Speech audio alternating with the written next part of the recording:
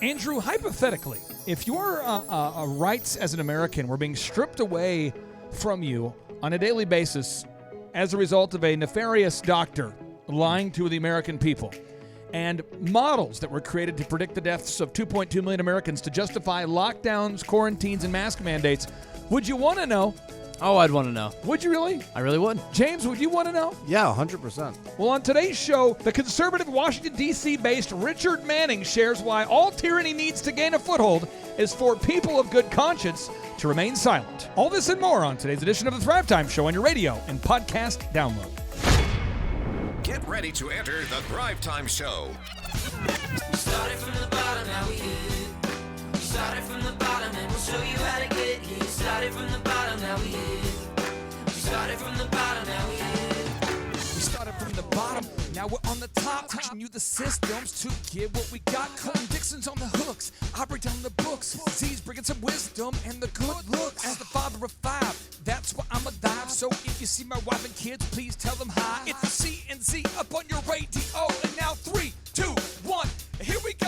We started from the bottom, now we hit. We started from the bottom and we'll show you how to get. Yes, yes, yes, and yes. Andrew, on today's show, we have an incredible guest, a man that I'm a big fan of, Richard Manning. Welcome on to the Thrive Time Show. How are you, sir? I'm doing great, Clay. How are you? Brother, I'm excited to interview you. I would, and I mean this with all due respect, what you do as a career is something that is hard to explain to people. You know, people, I try to explain what you do, and sometimes I find myself doing a poor job of explaining what you do. So you kind of briefly explain what you do? Well, every day I get to wake up and I get to defend freedom. And I do that as I've done it for my whole career, but I'm currently president of Americans for Limited Government. So what I do is I try to identify issues that are really critical to the survival of the country, and then we fight like crazy on them. And it's and a lot of times, you know, you might be surprised, but the people with money in this town, in this country, don't really necessarily care about the issues, some of the issues that really matter, because there isn't any financial, reason. So so we just get up every morning and we fight like crazy. And I happen to be based in the Washington, D.C. area, and so I have access to the White House and elsewhere. And as a result of that fighting, every once in a while we win. Are you? And those are good times. Would you call yourself an advisor? Would you call yourself a consultant? Where do you fit in there? What is that title? I would call myself. I'm an association leader. I'm a conservative leader who has an ability to use the gifts God's given me to basically move the ball for limited government, for conservative principles, for constitutional principles. And my expertise is I know how to combine media and legislative and political, and those three things, I know how to combine them. I've learned over time. And as a result, I'm able to create environments where people see it as being in their interest to do what's in the country's interest. Now, I've seen and you on... That's a strength. I've seen you on Sean Hannity. I've seen you on Fox. I've seen you on a lot of things. When we went to the White House together, we were on the White House lawn there for the President Trump's, I would call it a town hall or discussion about deregulation. A lot of people there knew you. I mean, it seems like everybody knew you. How long have you been working in D.C.? I have been in D.C. area for 30-some years, 30-plus years. But the secret is I don't actually work in D.C. I work well outside of D.C., and as a result, I am able to go in when I want to, and I can do most of my work from remote areas, so I don't get trapped into the swamp. And that's kind of critical. My focus has always been, and it's been kept on, the actual concerns and needs of people who don't have lobbyists in Washington, D.C. And I think people would be surprised, maybe not, surprised to learn that, if you are just a taxpayer, you just pay the bills, there's nobody lobbying for you. Okay? you're just the chump who's writing the check. And if you're somebody who just is a small business guy who ends up dealing with an employment laws or other regulations that don't make any sense, there's nobody really lobbying for you, because the people who can afford lobbyists by and large are people who have a lot of money at stake. And make no mistake on this, Clay, and this is the dirty little secret.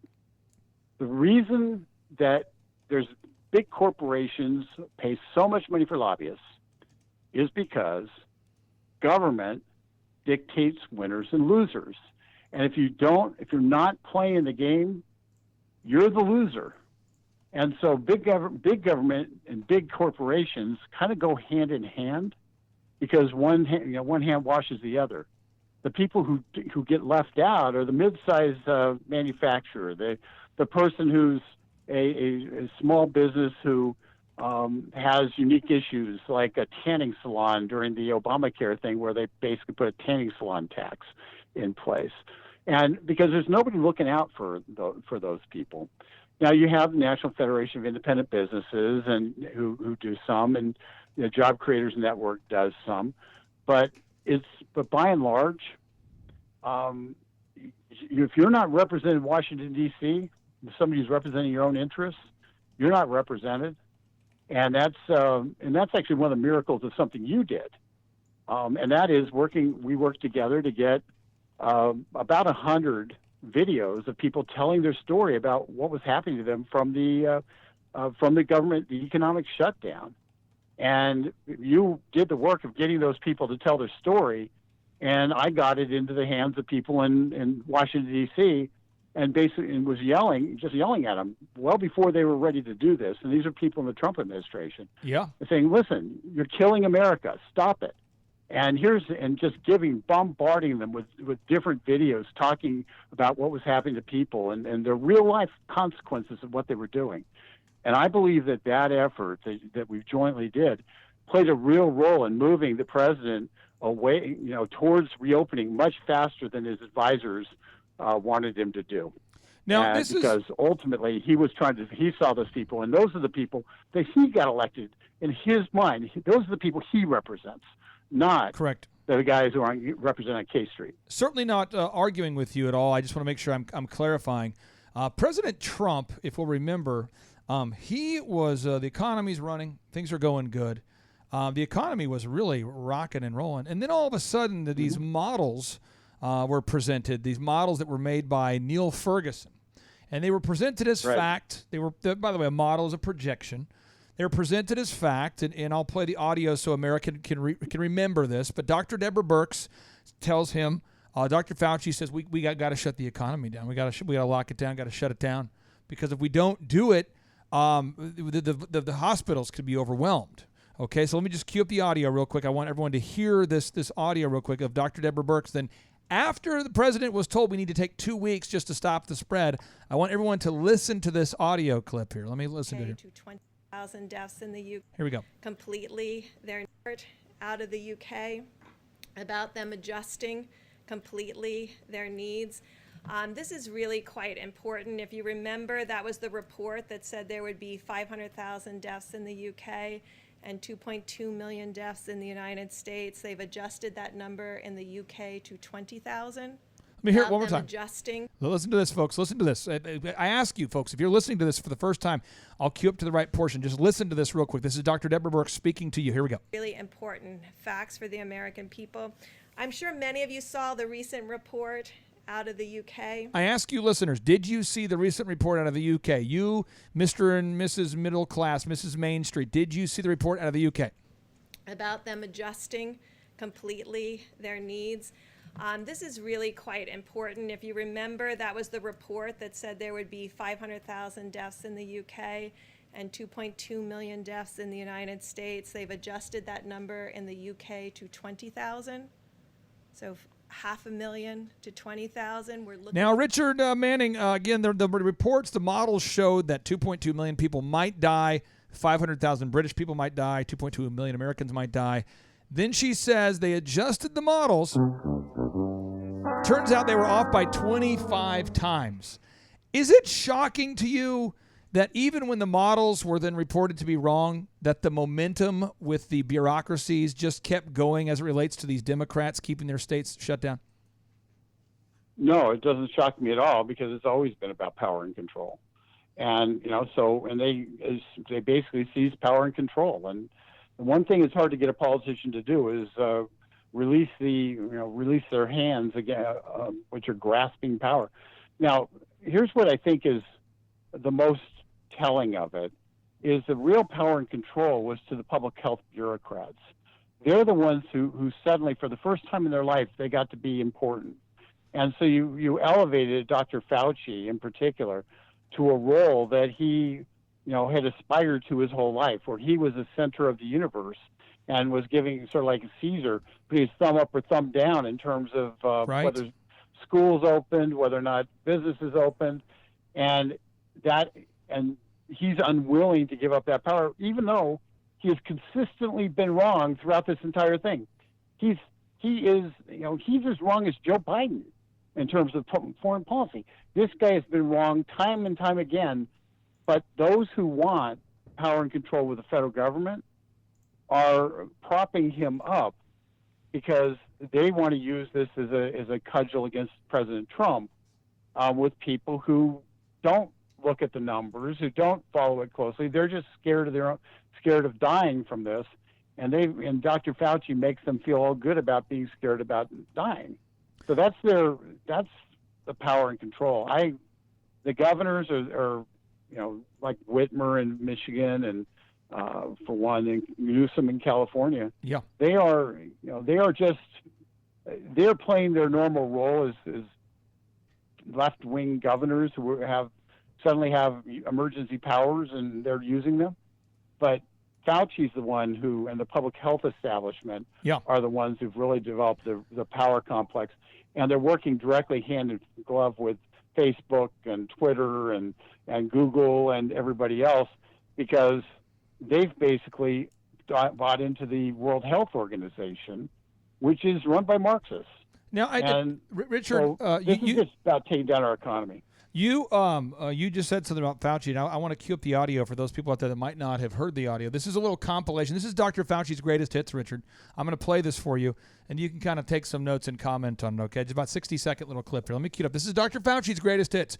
James, you're an attorney. You're going to love this. This is some hard factual information. Here we go. Dr. Fauci, when you're ready, it's your pitch. Just a bit outside. He throws the first pitch at the Nationals game, just a bit outside. He tried the corner and missed. Right now, people should not be walking. There's no reason to be walking around with a mask. Wearing a mask might make people feel a little bit better, but it's not providing the perfect protection that people think that it is. Just a bit outside. He tried the corner and missed. Be as forceful as possible in getting your citizenry to wear masks. Masks are important. We know that masks are really important, and we should be using them. Just a bit outside. He tried the corner and missed. And that's one of the things when you have a pandemic that involves multiple countries, travel restrictions become almost irrelevant. But when you have multiple countries involved, it's very difficult to do that. In fact, it's impossible. Just a bit outside. He tried the corner and missed. I think it absolutely has. I think that was a prudent choice. We spent a lot of time thinking about it, discussing it, about whether we should do it, and it was the right public health call. Just a bit outside. He tried the corner and missed. Hydroxychloroquine is not effective in the treatment of coronavirus disease or COVID-19. Just a bit outside. He tried the corner and missed. Richard, what is going on with this guy? He seems to contradict himself at every press conference. What is going on with Dr. Fauci? He's pandering, and he basically panders to whatever audience he thinks he needs to pander to. And when he thinks his job's in jeopardy, then he says something positive about the president, and then he gets pushback from his friends who invite him to their box at the Kennedy Center. And so then he goes off and he does three things that contradict the president. And the left-wing media uses those things he uses to contradict as saying the president isn't following the science. I will remind you of two things, okay? Yeah. Two things. Yep. Number one, Fauci did not believe that stopping flights from China made sense. Yep. He did not believe, he thought it was premature and it didn't need to happen. Right. The president took that against the advice of the scientists, and it was the single most important thing in buying us time to be able to find out get masks, the N95 masks, get the PPE equipment available, the ventilators set up and running. So that's number one. And then on the last quote, which was hydroxychloroquine, in 2005, and you know this, Clay, but in 2005, Dr. Fauci oversaw a study which said that hydroxychloroquine was effective for coronaviruses. Right. It's on the NIH website. So, and every doctor in the nation who treats patients with lupus and severe rheumatoid arthritis were basically ordering hydroxychloroquine from the pharmacists because they knew there was going to be a run on it, because everybody in the medical community knew that it was effective against coronaviruses at the beginning in the very beginning of a coronavirus infestation. So his affirmative statement that it's not useful, the next patient Dr. Fauci sees may be his first one. Okay, so just understand, he's a government public health guy. He's a public bureaucrat. He isn't seeing patients. So when the doctors tell me that it works, and Dr. Fauci says it doesn't, I'll believe the doctors. The models were wrong. I've got an audio clip here I want to cue up real quick. We know that the models were wrong. We know the models were wrong. They predicted that 2.2 million Americans might die. We then know that Dr. Fauci has flip-flopped consistently, and he's supposed to be the one leading the charge. And now we're on to this ridiculousness of the cases. We're tracking the cases, and we're using tests that don't work to test the cases. We're using tests that are shown not to work to so I'm going to cue up audio. This is audio from a doctor, Dr. Andrew Kaufman from MIT, Duke, and Medical University of South Carolina. Let me cue up the audio here. It's Dr. Kaufman. Even tests meeting FDA's... So this is Rep. Raja Krishnan. I can't even pronounce that last name. He's from the 8th District of Illinois. Let me hit play here. Here we go. Even tests meeting FDA's standards can be false more than half of the time, especially if the prevalence of COVID-19 in the surrounding population is low. And even with a true positive, scientists are not sure even what that means. So are you suggesting that there's a potential that... So Del Bigtree now is interviewing Dr. Andrew Kaufman. I just want you to hear what he says. It's mind-blowing. What that means. So are you suggesting that there's a potential that this is just RNA that our bodies create naturally, and we are locking everybody down, putting masks on them for something that just simply may exist inside of them by nature? Yes, that's essentially exactly what I'm suggesting. And is that shocking to you, Richard, that the tests that we're using to gauge the health of our nation could be wrong, very wrong? Well, no, it doesn't shock me. The reality is that there is an incentive, a financial incentive for people to recruit, to basically claim that people have COVID. There is a financial incentive throughout the system for there to be a chase after creating the next test, because the government's pouring tons of money into it. And there's a financial incentive to be playing around and saying you're going to do a vaccine. So yeah, the whole system, anytime you flood the system with money, people are going to chase the money. And if the problem isn't real, it's in everybody's collective interest who are getting paid to make the problem still front and center because they want to keep getting paid. Now, let me just be clear on this. I actually am of the opinion that there are significant numbers of these cases. I think if we look at the German model, for instance, in way of saying who died of COVID, what I've read is we'd have about 30,000 deaths of from COVID. And that would be, and the rest are people who essentially were dying. I hate to sound callous, but dying anyway. They were dying of something else, and COVID came in, and it may have been, pushed it. They're on the first and goal from the half-yard line, and COVID may have carried the ball across the goal line, but they were going to score. So that was their prognosis and morbidity was very high in their particular situation. So that's a problem. And so the counting has always been a problem, but the overall testing, let's assume the tests are 100% right. And let's just assume they're 100% right. Everybody's focused on tests. Yes. Well, here's what we're learning from the tests. We have all these people who supposedly have the disease or have had the disease. And yet our emergency rooms are empty. Our ICUs are empty. Our emergency rooms are empty. And our hospital beds are essentially the same level they were before.